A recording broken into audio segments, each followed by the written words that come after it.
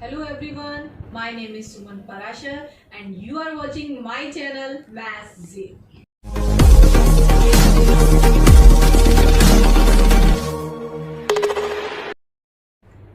तो आज के इस वीडियो में हम क्या पढ़ेंगे? हम पढ़ेंगे अबाउट रैशनल नंबर्स, हम पढ़ेंगे how to write a rational number between two rationals. तो पहले हम रैशनल नंबर पे आते हैं।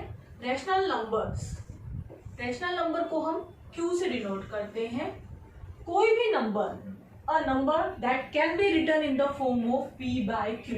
अगर कोई भी नंबर जिसे हम P बाय Q फॉर्म में लिख पा रहे हैं तो वो नंबर रैशनल नंबर हो जाता है। अब वो तो फ्रैक्शन भी होता है, तो डिफरेंस क्या है रैशनल नंबर और फ्रैक्शन में? तो यहाँ ये डिफरेंस भी है कि P and Q must be co-prime.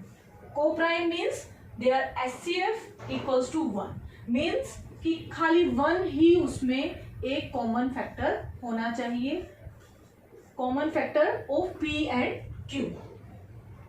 Now how to write a rational number between two rational? तो यहाँ पे दो मेथड हैं ये फाइंड आउट करने के लिए। पहला मेथड, आप A और B दो रैशनल नंबर चूज कर लीजिए।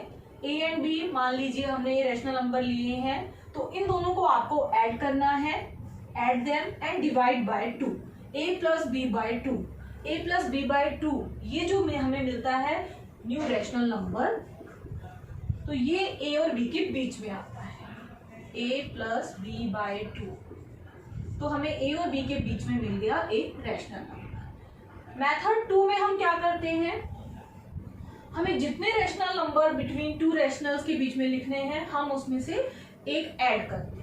जैसे कि यहाँ एक ही रैशनल नंबर हमसे पूछा गया है, तो 1 + 1 हुआ 2, तो हम मल्टीप्लाई और डिवाइड करते हैं अपने गिवन रैशनल नंबर्स जैसे कि a और b को सेम नंबर से, मीन्स हम इसको 2 से ही मल्टीप्लाई करते हैं और 2 से ही डिवाइड करते हैं। अब जब जो नया रैशनल नंबर हमें मिला वो इनके इक्विवेलेंट होगा, क्योंकि a 2a/2 इक्विवेलेंट फ्रैक्शन है, 2b/2 इक्विवेलेंट फ्रैक्शन है, इनके बीच में एक रैशनल नंबर हमें लिखना है, तो हम इनके बीच में कंटिन्यूशन में जाएंगे और एक रैशनल नंबर लिख पाएंगे। इसको हम एग्जांपल से समझते हैं। एग्जाम्पल हमने लिया है, right a rational number between 1 and 2।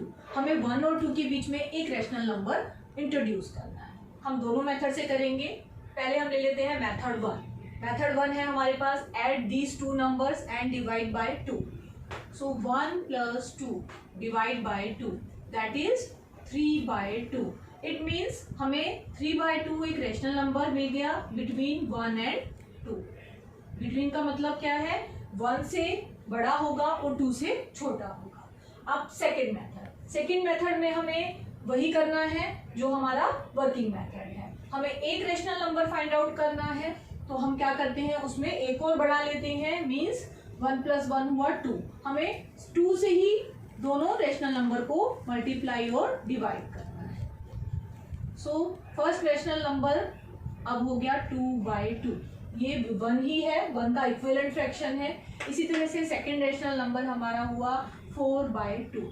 4/2 again 2 के इक्वल ही है, तो ये इसका इक्विवेलेंट फ्रैक्शन हमने लिख लिया है। अब 2/2 और 4/2 के बीच में हम कंटिन्यूशन में अगर चलते हैं, 2/2 के बाद हमारे पास आता है 3/2, तो हमें 1 और 2 के बीच में 3/2 एक रैशनल नंबर मिल गया।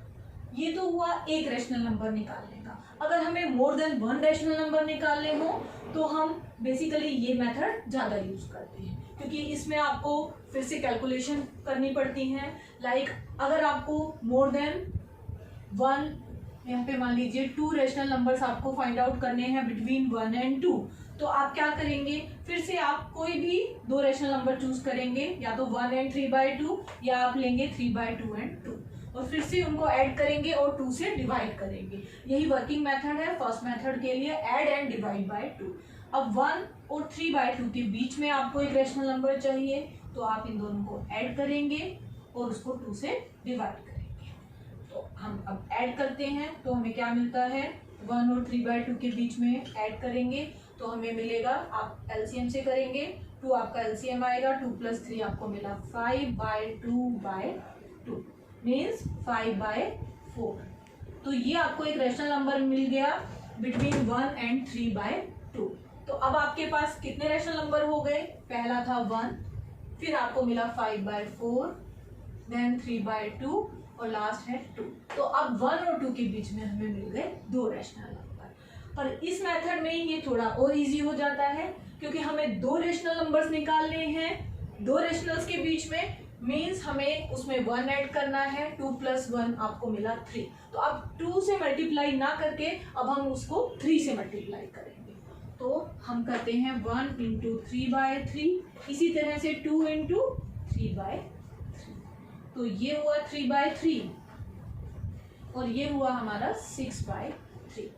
3/3 और 6/3 के बीच में आप लिख सकते हैं 4/3 एंड 5/3।